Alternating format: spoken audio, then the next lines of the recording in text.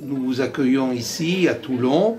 Vous êtes aixois, enseignant, professeur, et donc vous avez écrit un livre très intéressant sur le Front National et la société française.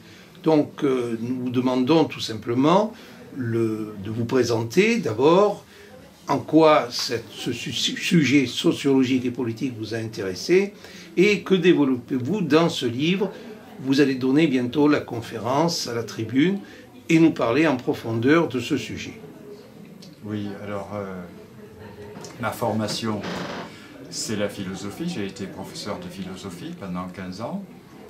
Et ça a un rapport avec ce livre, parce qu'une des choses que je vais montrer, et que je montre dans le livre, c'est que le Front National, depuis des années, a appris d'une façon très rhétorique à se donner une façade respectable.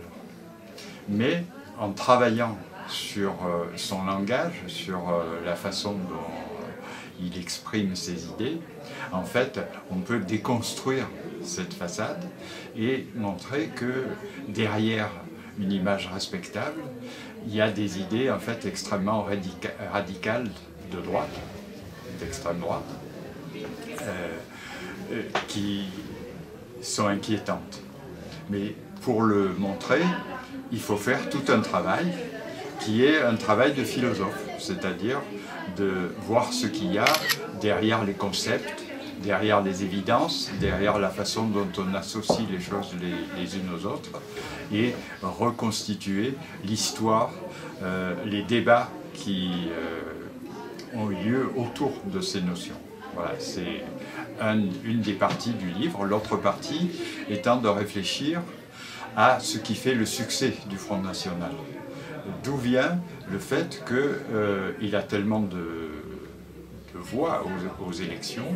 Et évidemment, derrière cette question, il y a la question de qu'est-ce qu'on peut faire, hein, qu'est-ce qui fait son succès, mais en même temps, c'est la question de savoir comment nous pouvons réagir de façon efficace. Alors on parle de populisme en parlant de lui. Est-ce que vous adhérez à cette idée de l'englober dans une vision simpliste des problèmes de société?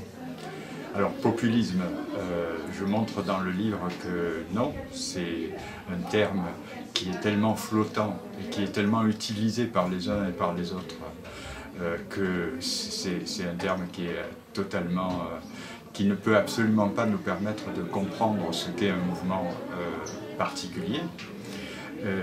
Et en plus, c'est une façon de déconsidérer ce qui est populaire, qui va tout à fait dans le sens d'un discours qui finalement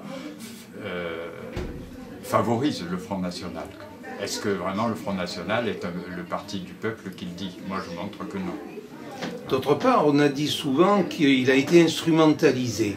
La peur sociétale de ce parti d'extrême droite aurait servi à d'autres partis plus modérés de s'installer en tant que repoussoir plus ou moins réel de ces idées de droite. Est-ce que votre livre développe cette problématique? Ce que je montre, c'est que entre la droite et l'extrême droite, il y a bien un rapport qui n'est pas du tout le fait que ce sont les mêmes partis, les mêmes courants. Ça correspond à des histoires qui sont différentes, mais la droite, et même parfois au-delà de la droite, on reprend son vocabulaire, un certain nombre d'évidences qu'il a essayé d'installer dans le débat public.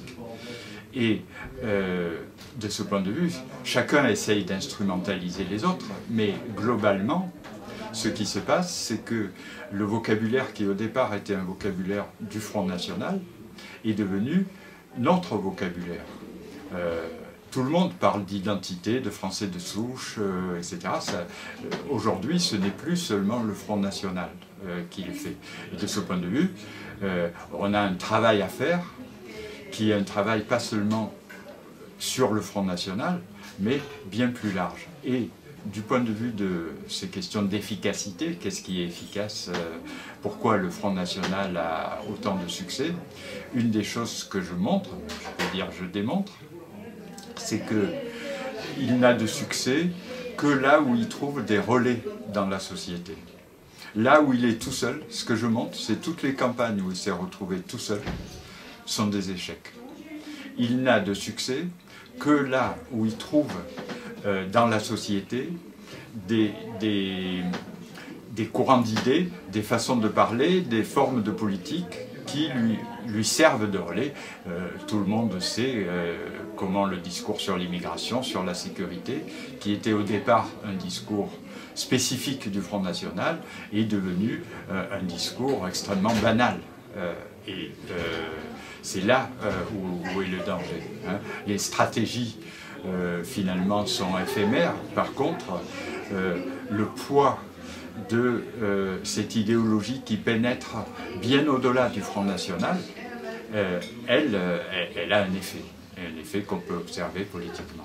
Et comment expliquez-vous cette porosité de ces idées que vous avez très bien définies comme spécifiques dans le corps social jusqu'à venir parfois flirter avec l'autre extrême? Ça, c'est une responsabilité des médias, des politiques qui jouent ce jeu-là. Ils auraient pu ne pas le faire. Mais par exemple, le fait de jouer sur le sécuritaire, comme le font beaucoup de médias, pas nécessairement pour avantager le Front National, mais pour avoir plus d'audience, ou la façon dont on parle de l'immigration. Alors là, souvent par des politiques qui cherchent à obtenir des gains électoraux, ça, c'est problématique. Et pourquoi ils le font? Parce qu'ils pensent que ça va leur apporter des voix.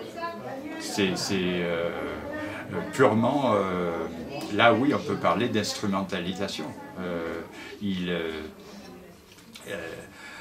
Dans le fond, le Front National est une aubaine pour beaucoup de médias, de partis, d'hommes politiques, d'intellectuels cherchant le succès, parce que les thèmes clivants sur lesquels ils jouent, chacun pense que ça peut lui aussi lui servir.